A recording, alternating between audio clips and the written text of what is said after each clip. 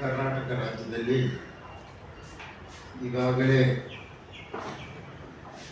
ಹೋರಾಟಗಳನ್ನು ಇಡೀ ರಾಜ್ಯದ ತುಂಬ ಮಾಡ್ತಾ ಇದ್ದಾರೆ. ಈಗ ಬಹಳ ಮುಖ್ಯವಾಗಿ ಕರ್ನಾಟಕ ರಾಜ್ಯದಲ್ಲಿ ಸಿದ್ದರಾಮಯ್ಯನವರು ಮುಖ್ಯಮಂತ್ರಿಗಳಾಗಿ ಅಧಿಕಾರದ ಚುಕ್ಕಾಣಿಯನ್ನು ಹಿಡಿದಿದ್ದಾರೆ.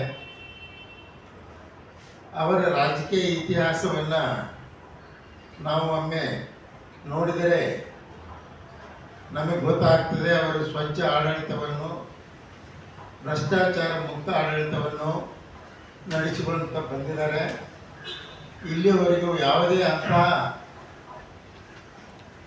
ಕಪ್ಪು ಚುಕ್ಕೆ ಅವರ ರಾಜಕೀಯ ಜೀವನದಲ್ಲಿ ನಾವು ನೋಡಿಲ್ಲ ಅಂತ ತಮಗೆ ಹೇಳಲಿಕ್ಕೆ ನಾನು ಇಷ್ಟಪಡ್ತಾ ಇದ್ದೀನಿ.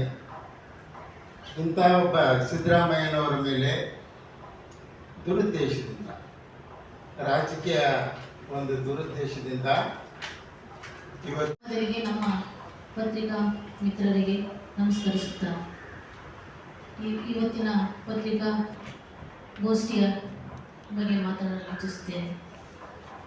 ಮೊನ್ನೆ ಮುಖ್ಯಮಂತ್ರಿಗಳಾದ ಸಿದ್ದರಾಮಯ್ಯನವರ ತೇಜೋವಧೆಯನ್ನು ಇವರು BJP ಮತ್ತು JDS ಸರ್ಕಾರ ಏನಿದೆ, BJP ಮತ್ತು JDS ಬೆಂಬಲಿತ ಈ ನಮ್ಮ ರಾಜ್ಯಪಾಲರು BJP ಕೈಗೊಂಬೆಯಾಗಿ ಕೆಲಸ ಮಾಡ್ತಾರೆ ಅನ್ನೋಕ್ಕೆ ಬಯಸ್ತಾ ಇದ್ದೇನೆ.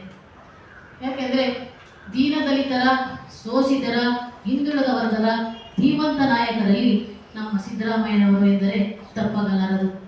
ದೇವರಾಜ ಅರಸು ಆದ ಮೇಲೆ ಎರಡನೆಯವರು ನಮ್ಮ ಸಿದ್ದರಾಮಯ್ಯನವರು ಎಂದರೆ ತಪ್ಪಾಗಲಾರದು.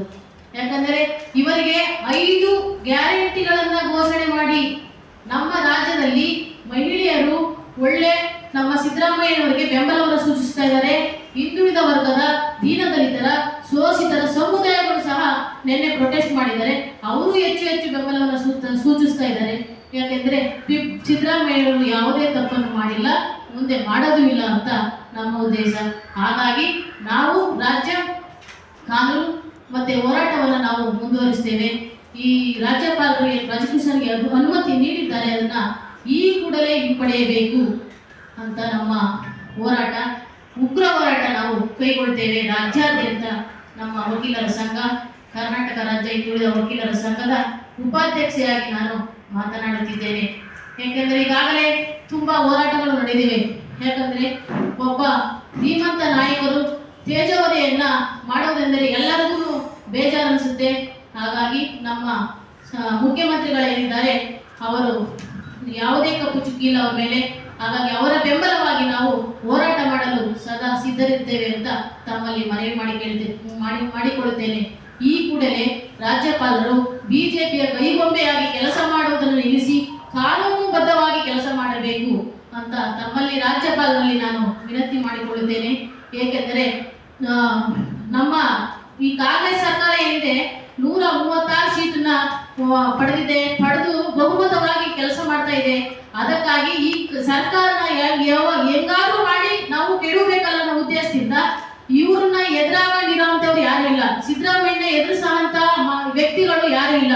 ಹಾಗಾಗಿ ಯಾವುದೇ ಘಟನೆ ತಗೊಳ್ಳಿ, ಯಾವುದೇ ಅಂಕಿಅಂಶ ತಗೊಳ್ಳಿ, ವಿತಿನ್ ಸೆಕೆಂಡ್ ಅಲ್ಲಿ ಅವರು ಹೇಳಬಲ್ಲರು. ಅಂತ ಮೇಲಾಗಿ ನಮ್ಮ ಮುಖ್ಯಮಂತ್ರಿಗಳು ಅವರ ತೇಜೋವಧೆಯನ್ನು ಖಂಡಿಸಿ ನಾವು ರಾಜ್ಯಾದ್ಯಂತ ನಾವು ಉಗ್ರ ಹೋರಾಟ ಮಾಡಲು ಸಿದ್ಧರಿದ್ದೇವೆ ಅಂತ ತಮ್ಮಲ್ಲಿ ಮನವಿ ಮಾಡಿಕೊಳ್ಳುತ್ತೇವೆ.